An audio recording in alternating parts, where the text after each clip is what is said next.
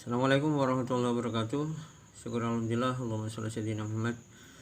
Mudah-mudahan adik-adik dalam kondisi sehat walafiat ya. Tetap semangat. Oke, kita sekarang menginjak ke materi 4 ya, mengenai pertumbuhan dan pembangunan ekonomi. Jadi sebelumnya Pak Budi terangkan dulu apa sih pembangunan ekonomi. Kalau adik-adik mengamati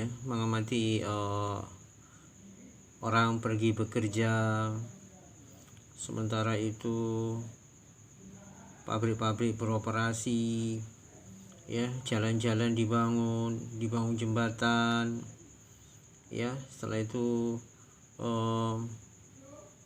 dari kegiatan itu menghasilkan, dari kegiatan perusahaan menghasilkan produk ya, dari tukang ojek menghasilkan pendapatan yang lebih karena jalannya bagus. Setelah itu kalau ada di jalan juga ketemu dengan kontainer ya, angkutan-angkutan, itu adalah salah satu bentuk visual dari kegiatan yang namanya pembangunan ya. Contoh gampang, sekarang banyak dibangun jalan tol ya, jalan-jalan diperbaiki, itu adalah salah satu manifestasi dari kegiatan pembangunan ya. Karena yang diharapkan dari kegiatan pembangunan ini akan terjadi pertumbuhan ekonomi ya. Pertumbuhan ekonomi adalah suatu kondisi di mana tingkat produksi produk berupa barang dan jasa dari tahun ini itu bertumbuh lebih besar dibanding tahun kemarin. Itu berarti ekonominya bertumbuh ya. Yang diharapkan memang tiap tahun itu terjadi pertumbuhan ekonomi. Karena kenapa? Karena tidak bisa dipungkiri bahwa tiap tahun itu terjadi pertambahan jumlah penduduk ya. Tiap tahun terjadi pertambahan jumlah penduduk menjadi lebih banyak. Terjadi juga pertambahan jumlah kebutuhan ya. Kebutuhan akan manusia itu kan memang sifatnya tidak terbatas ya. Yang terbatas adalah alat pemuas kebutuhan ya. Kalau jumlah kebutuhan meningkat, jumlah penduduknya juga meningkat, keinginannya juga meningkat, maka harus terjadi yang namanya pertumbuhan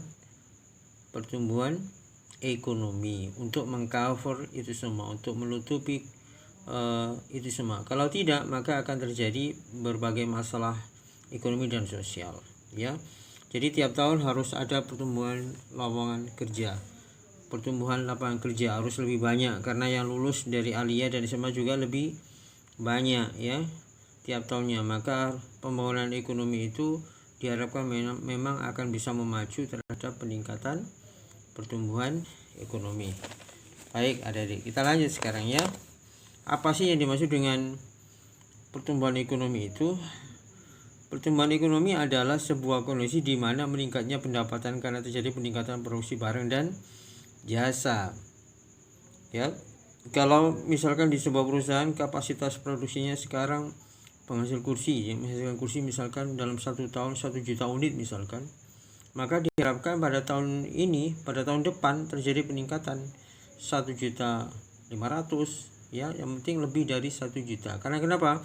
Pasti di tahun yang akan datang terjadi peningkatan upah, terjadi peningkatan biaya listrik, juga peningkatan permintaan ya, dan peningkatan biaya-biaya yang lain. Maka diharapkan perusahaan tersebut akan terjadi peningkatan kapasitas produksi, peningkatan kemampuan untuk menghasilkan produk. Itu yang diharapkan ya. Definisi pertumbuhan ekonomi seperti itu ya.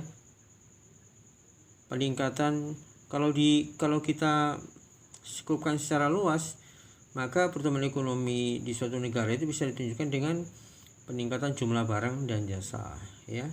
Peningkatan jumlah barang dan jasa ini bisa dipacu dengan peningkatan bahan baku, ketersediaan tenaga ahli, ketersediaan listrik ya, sarana transportasi yang memadai yang lebih meningkat, infrastrukturnya termasuk jalan, jembatan dan pelabuhan ya.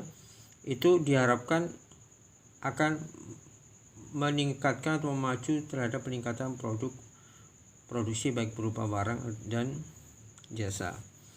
Ciri-ciri pertumbuhan ekonomi ini menurut Profesor Simon Kuznets itu ada 6 karakter ya. Yang pertama, terjadi laju pertumbuhan penduduk dan produk per kapita yang cepat ya, ditandai dengan adanya peningkatan jumlah penduduk. Diharapkan tidak hanya cukup itu, jumlah penduduk yang banyak juga diharapkan menjadi tenaga kerja yang terampil, menjadi orang-orang yang terampil sehingga bisa meningkatkan pendapatan mereka, meningkatkan produk mereka, sehingga diharapkan jumlah ini ya, jumlah produknya itu lebih meningkat berbanding lurus dengan jumlah tenaga kerja yang dipergunakan. Yang kedua, adanya peningkatan produktivitas masyarakat. Jadi diharapkan dengan jadi pertumbuhan ekonomi bisa dilihat dari meningkatnya produktivitas masyarakat ya. Jadi tumbuh berkembangnya UMKM ya, semakin banyak tenaga kerja terserap di perusahaan, semakin banyak tenaga kerja terampil, itu menandai adanya pertumbuhan ekonomi. Yang ketiga, terjadi perubahan struktur yang tinggi. Jadi struktur ini dimaksud adalah struktur ekonomi masyarakat ya.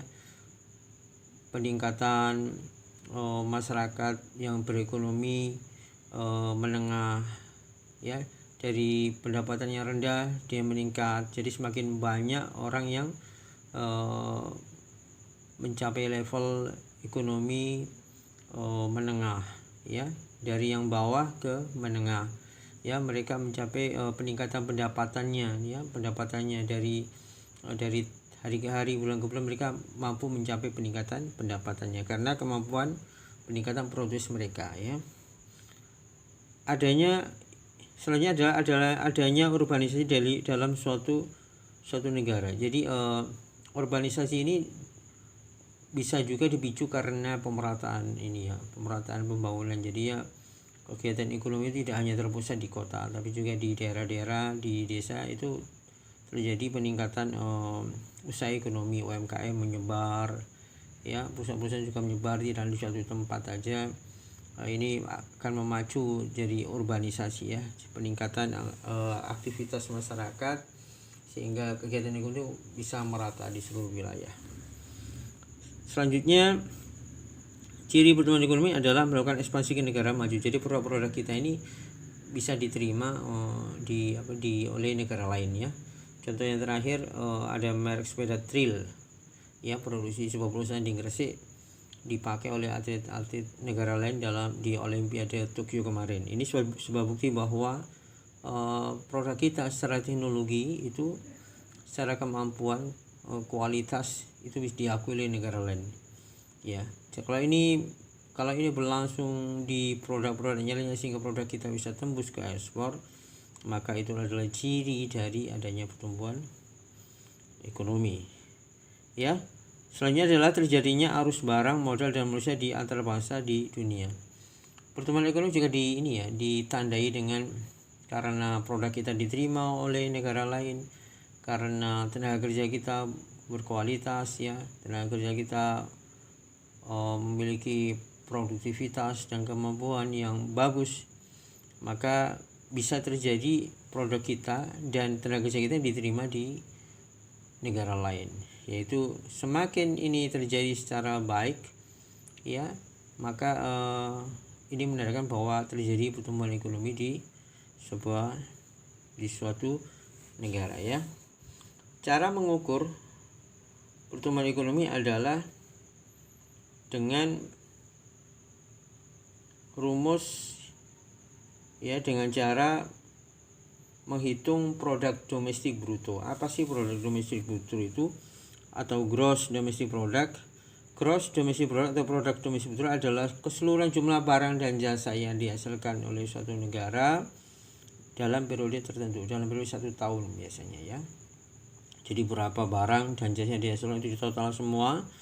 Kalau tahun ini lebih tinggi dibanding tahun kemarin, maka terjadi pertumbuhan ekonomi yang positif ya. Kalau tahun ini lebih baik dari tahun kemarin, maka bisa disimpulkan bahwa terjadi pertumbuhan ekonomi. Rumusnya adalah itu tadi ya, Kalau G sama dengan PDB1 dikurangi PDB1 kurangi 1, PDB-T dikurangi PDB-T kurangi 1 dibagi PDB-T kurangi 1 kali 100% ya.